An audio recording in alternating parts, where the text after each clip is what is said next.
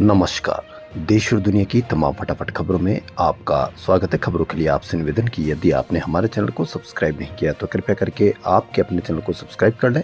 आप सब्सक्राइब करते हैं तो हमें हिम्मत होती है सही और सच्ची खबरें आप तक पहुंचाने की।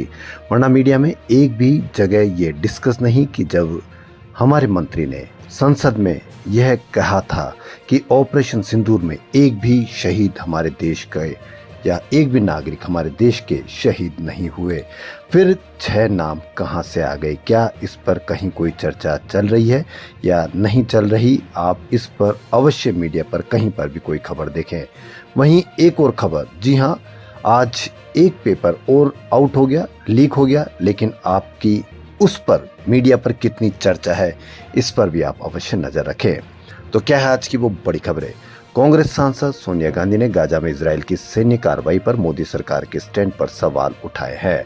उन्होंने लिखा, संयुक्त राष्ट्र की स्वतंत्र अंतर्राष्ट्रीय जांच आयोग की जून 2026 की रिपोर्ट बताती है कि इजरायल गाजा में फिलिस्तीनियों के अस्तित्व को खत्म करने के इरादे से बच्चों को निशाना बना रहा है। इतनी गंभीर रिपोर्ट आने के बाद भी मोदी सरकार चुप है। क्या आप चुप हो सकते हैं? इस पर आप अवश्य कमेंट करके बताएं। कम से कम आप तो अपना स्टैंड बताएं। सोनिया ने लिखा है कि आयोग की अगुवाई अब भारत के पूर्व न्यायाधीश जस्टिस एस मुरलीधर कर रहे हैं। उनके नेतृत्व में जारी 94 पन्नों की रिपोर्ट में कहा गया है कि इजरायल की कार्रवाई का मकसद गाजा में फिलिस्तीनियों के अस्तित्व को खत्म करना है और इसके लिए बच्चों को निशाना बनाया जा रहा है। गाजा में अब तक कम से कम 20,000 बच्चों की मौत हो चुकी है, जबकि 44,000 बच्चे घायल हुए हैं। इनमें से कई बच्चे पूरी जिंदगी के लिए विकलांग या गंभीर रूप से घायल हो गए। बच्चों को निशाना बनाना कोई आकस्मिक घटना नहीं, बल्कि एक सुनियोजित रणनीति है। इस पर आप अवश्य कमेंट करके बताएं कि पूरे अस्तित्व को खत्म करना कहां तक उचित होता है। महाराष्ट्र में शिक्षक पात्रता परीक्षा यानी टेट का करीब 24 घंटे पहले लीक हो गया। आपको मीडिया पर कितनी चर्चा देखने को मिली? बिल्कुल भी नहीं मिली होगी। एग्जाम रविवार को होना था। महाराष्ट्र स्टेट एग्जामिनेशन काउंसिल यानी MSEC ने इसके बाद परीक्षा स्थगित कर दी। नई तारीखों का ऐलान बाद में किया जाएगा। कहीं पर भी कोई जिम्मेदारी की बात नहीं होगी। पुलिस के अनुसार पेपर लीक की सूचना के बाद ठाणे के भिवंडी इलाके के कई जगहों पर छापेमारी की। इसके बाद एग्जामिनेशन काउंसिल के अफसरों को बुलाया और जब्त पेपर को वेरीफाई कराया गया। पुलिस ने बताया कि इस मामले में कई लोगों को हिरासत में लिया गया, हालांकि संख्या नहीं बताई गई। यह कार्रवाई एग्जाम के 24 घंटे पहले की गई है। परीक्षा में 4 लाख से ज्यादा उम्मीदवार शामिल होने वाले थे। महाराष्ट्र में टीचर बनने के लिए जो पहले से सरकारी टीचर है उनके लिए भी टेट कंपलसरी है। अमेरिका ने शुक्रवार को ईरान पर करीब 1 घंटे तक हमले किए। अमेरिकी सेना ने मिसाइल, ड्रोन ठिकानों और तटीय रडार साइट्स को निशाना बनाया। राष्ट्रपति डोनाल्ड ट्रंप ने कहा कि ईरान ने सीज फायर तोड़ा, इसलिए जवाबी कार्रवाई की गई।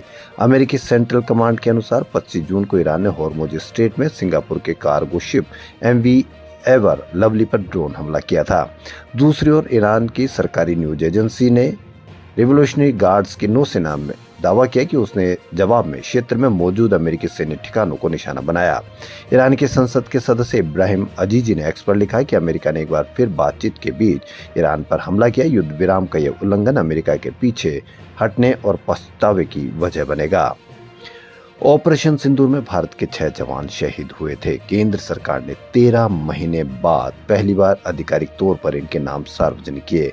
13 महीने तक इन जवानों का शहीद होना छुपाया गया, जबकि राजनाथ सिंह ने भरी संसद में कहा था कि हमारे ऑपरेशन सिंदूर में एक भी जवान शहीद नहीं हुआ। लेकिन मीडिया पर कहीं पर भी कोई सवाल नहीं, कहीं पर भी कोई चर्चा नहीं कि जब राजनाथ सिंह ने कहा कि एक भी जवान शहीद नहीं हुआ, तो फिर ये 6 जवान 13 महीने तक कहां इनके नाम गुप्त रहे। लेकिन मीडिया से आप उम्मीद भी मत करना। मध्य प्रदेश के नर्मदापुरम में मॉब लिंचिंग केस में 14 लोगों की उम्र कैद की सजा सुनाने वाली मुस्लिम महिला जज तबस्सुम खान को एक युवक ने कत्ल की धमकी दी।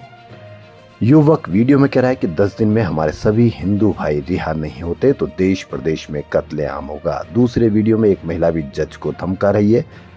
वह कह रही है, एक मुस्लिम जज बन गई और उसने अपनी औकात दिखा दी। जिहादी जज बन गई, हमारे 14 हिंदू भाइयों को उम्र कैद की सजा सुनाई, तुम्हें इसका दंड तो भोगना पड़ेगा। कितनी और कैसे और क्यों हिम्मत आती है ऐसे लोगों में? आप इस पर अवश्य कमेंट करके बताएं। इस पर कांग्रेस नेता पवन खेड़ा ने कहा कि नफरत फैलाने वालों पर तुरंत कार्रवाई होती है, लेकिन मोदी के भारत में नफरत फैलाने वाला खुलेआम घूम रहा है। साइबर सेल कार्रवाई नहीं कर रही बल्कि उसे नोटिस भेज रही है। उत्तराखंड के चमोली जिले में शुक्रवार को तेज बारिश के बाद बादल फट गया। इससे इलाके के कई घरों और दुकानों में मलबा घुस गया। कई गाड़ियां भी मलबे में फंस गई। इधर मध्य प्रदेश के बालाघाट में बिजली गिरने से 4 लोगों की मौत हो गई। वहीं देवास में आंधी बारिश से मकान की बालकनी का हिस्सा गिर गया। इस हादसे में 2 महिलाओं की मौत हो गई। झारखंड में भी बिजली गिरने से 10 और छत्तीसगढ़ में 2 लोगों की मौत हो गई। मानसून ने देश के 22 राज्यों को कवर कर लिया है। इतने लोगों की मौत के बाद भी मानसून के ऊपर कहीं पर भी कोई मीडिया चर्चा नहीं करता है। महाराष्ट्र के ठाणे में खड़ी कार में अचानक एयरबैग खुलने से 25 साल के युवक की मौत हो गई। युवक एक कार डीलर था। वह एक 15 साल पुरानी कार के अंदर बैठा था, तभी अचानक गाड़ी का सेफ्टी सिस्टम एक्टिव हो गया। एयरबैग इतनी तेजी से खुला कि उसके जोरदार झटके से युवक को गंभीर चोटें आई और मेडिकल मदद मिलने से पहले ही ज्यादा खून बहने के कारण उसकी मौत हो गई। युवक को चोट कहां लगी, इसकी जानकारी फिलहाल नहीं दी गई है। कांग्रेस सांसद प्रियंका गांधी वाड्रा ने आज अयोध्या में राम मंदिर चढ़ावा चोरी मामले को दुखद और शर्मनाक बताया। उन्होंने कहा कि ये पूरे देश भर के उन लोगों की आस्था के साथ खिलवाड़ है जिन्होंने चंदा दिया था, वही चंदा चोरी हो गया। उन्होंने इस पूरे प्रकरण पर सवाल उठाते हुए कहा कि आखिर इसके लिए कौन जिम्मेदार है। अगर आपने राम मंदिर के फंड इकट्ठा किए तो उसे सुरक्षित रखना आपकी जिम्मेदारी है। कौन जिम्मेदार है, मीडिया पर कहीं पर भी कोई सवाल नहीं होंगे। तो इसका जवाबदेही भी तय। केरल के वायनाड कलेक्ट्रेट में पत्रकारों से बातचीत करते हुए प्रियंका गांधी ने मांग की कि उत्तर प्रदेश सरकार इस कथित घटना की गहन जांच करे। उन्होंने कहा कि सरकार को जांच करनी चाहिए कि क्या हुआ, कैसे हुआ और क्यों हुआ।